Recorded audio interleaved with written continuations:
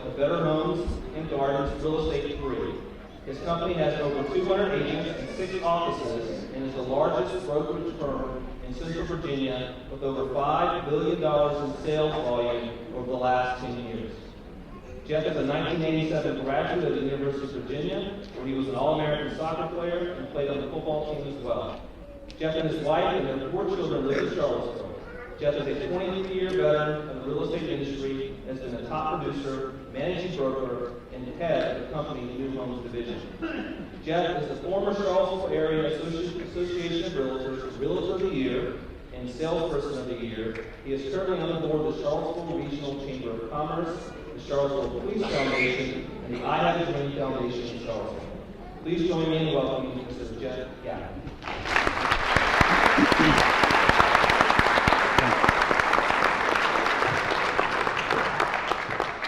Is this one on? Let's see. This one? Is this on?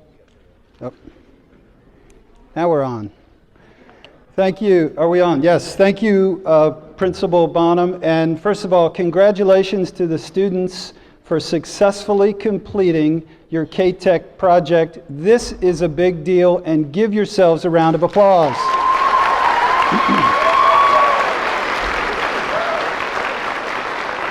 I'm very honored to be here. I'm going to speak briefly. I'm going to tell you just a few stories kind of about my life and career very quickly that would perhaps provide an opportunity for you to use these experiences in your career as you go forward in whatever career path you choose. First of all, just a little background. I'm from Bethesda, Maryland. I came down to the University of Virginia on a soccer scholarship. And the class that I came in with was a very renowned class that had a lot of really good soccer players, and we took a soccer program at UVA that was historically outside of the top 20, and we made it a top 5 program all 4 years while I was at the university. And we ended up 3rd my sophomore year. My senior year, we were ranked number 1 in the country for 9 straight weeks. So my dream was always to be a professional soccer player. I wanted to use my soccer skills to get into a good school. So that was my dream, except for there was one challenge. When I was getting ready to come out of the University of Virginia, there was no professional soccer league in the U.S. So, no problem, I'm going to go play overseas. So I decided to change my dream, and I was going to go play for Liverpool or Chelsea. And so I lined up some tryouts with 2nd and 3rd division teams over in England, and that's where I was going. Everything changed, however, the day that I walked by the football practice field. I'm walking by the football practice field, and the former UVA place kicker calls me onto the field, and he says, "Hey Jeff, try kicking this ball for a change." So I walked out. I had never kicked a football before or played in a football game before. Well, I ended up kicking the ball pretty well. I kicked it through the uprights, over the fence, and it hit the coach's building. As a result of that, the UVA football coach at the time was George Welsh. He happened to be looking out his window and saw me kick that ball. He immediately sent 2 coaches down, and they recruited me to the football team because there's an NCAA rule where you can play 4 years of one sport and a 5th year of another. So now I have a decision to make. Am I going to pursue my lifelong dream of soccer, or am I going to kick for the University of Virginia? So when I'm faced with decisions like this, what I do is I go into this mode. I pray very hard for wisdom and discernment. And now in my business life, I find myself praying every day, sometimes every hour, for that wisdom and discernment. But I pray every day, and at this situation, I made a decision I would go try out for UVA football. The second decision I made was that I would practice even harder than I prayed. And the third decision I made was I would block out all the noise. And this is something I want to direct to you students. The noise means when you make a decision that is different than what everybody else expects, you open yourself up for criticism. My friends came to me and said, "You are nuts. Don't do football. You're a soccer player. You've got to be kidding. You've never kicked a football before." So one of the things I learned in my career is that you have to block out that negative talk. So when you make a bold decision, remember to pray about it, practice hard, and block out the negative stuff. What ended up happening is I ended up making the football team. I was the starting kicker. I ended up making 15 out of 17 field goals that year, including the winning kick against Wake Forest. I bring that up because the Wake Forest coach at the time was Al Groh, and I like to remind him of that whenever I see Coach Groh. He's a former UVA coach. So that was a seminal decision for me to make, and you all will have big decisions in front of you. The second big decision I had to make when I was in college was that I decided to pursue a young lady who wanted absolutely nothing to do with me. That young lady is here tonight, and I'm so proud of her because she just walked the lawn at UVA this past Sunday for the third time. Somewhere in here, say hello to Dr. Mo Gaffney. I know you're in here. Wave to me if you're in here. Where are you? There she is. Say hello. I learned all about perseverance. Very quickly, to wrap up the football story, I ended up signing a free agent contract with the San Diego Chargers, played some preseason games with them, got cut a couple of times, signed a free agent contract with the Cincinnati Bengals, got cut a couple more times, and now I have another decision to make. I have to decide, am I going to pursue football? Am I going to resurrect my soccer dream? Or am I going to get into real estate? Well, I ended up being recruited into real estate by my wife's father, Frank Kessler. I chose the real estate path. Frank Kessler ended up being one of my heroes in life, and I'll just tell you about him real quickly. Frank founded Real Estate 3. He built the community of Glenmore and Forest Lakes, as well as the Village Green Shopping Center and many other projects.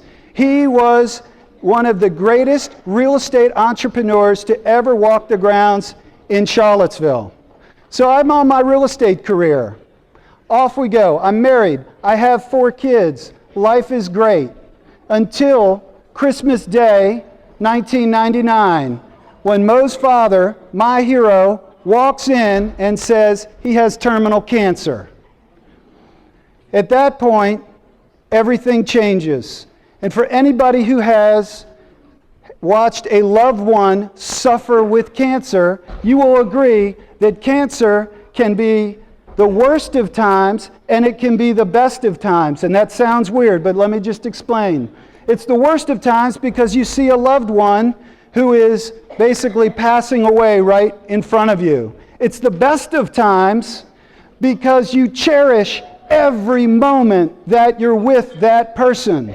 And so for me, one of the great joys of my life was to take my real estate hero after he was a 300-pound man before he got ill. He shrunk down to about half that size. One of the great joys of my life was to pick him up at night, out of his wheelchair, place him into his bed, clean him up, and tuck him in. And that's when the learning began with my lessons with Frank Kessler. I'm just going to roll through a couple here, but they were very important in my life. Number one, what I learned bedside of Frank Kessler in the last 3 years of his life. Number one, and it has been a seminal message throughout my life, the greatest mistake is fearing to make one. I'll say it one more time for you students. The greatest mistake is fearing to make one. What does that mean? I'm going to give you a real life example. Mr. Mountjoy called me, asked me if I would speak a message to you all at your exercises here. Well, but between the time that he asked me and the 30 seconds later that I said yes, I came up with 17 reasons why I shouldn't do it. First of all, I said I'd be too nervous. Second of all, I said I wouldn't be able to remember what I would say. The third excuse was I was afraid I might spit on you in the front row. And the fourth is old faithful, I might show up and my fly is down. Listen, here's the deal, and this message is to the young people. Fear. Fear can hold you back. I challenge you to figure out what is holding you back. What are you afraid of? Are you afraid of what your parents might say, what your friends might say? Are you afraid that you might fail? I'm telling you, once you tackle your fears, you will learn fear stands for false evidence appearing real. Tackle your fears. The greatest mistake is fearing to make one. And so when Mr. Mountjoy asked me, I have that message in my car. It looks at me on a little index card every single day. And when he asked me would I speak, I said yes. I'm not the world's greatest public speaker, but I will give up and I will stand up and give you everything I've got because I am not afraid to make a mistake. And I challenge all of you to step out of your comfort zone and get released from your fear. Lesson number 2. Every day, you either get better or worse. You never stay the same. Every day you either get better or worse. You never stay the same. What does that mean to you? That means, yes, enjoy your night tonight. But tomorrow or the next day, you have to get up and decide, are you going to get back to work? Are you going to study? Are you going to work on your faith? Are you going to take care of yourself? You have to decide because every day, that escalator is either going up or going down. I'm just telling you, all of a sudden years later, you realize that that's the truth.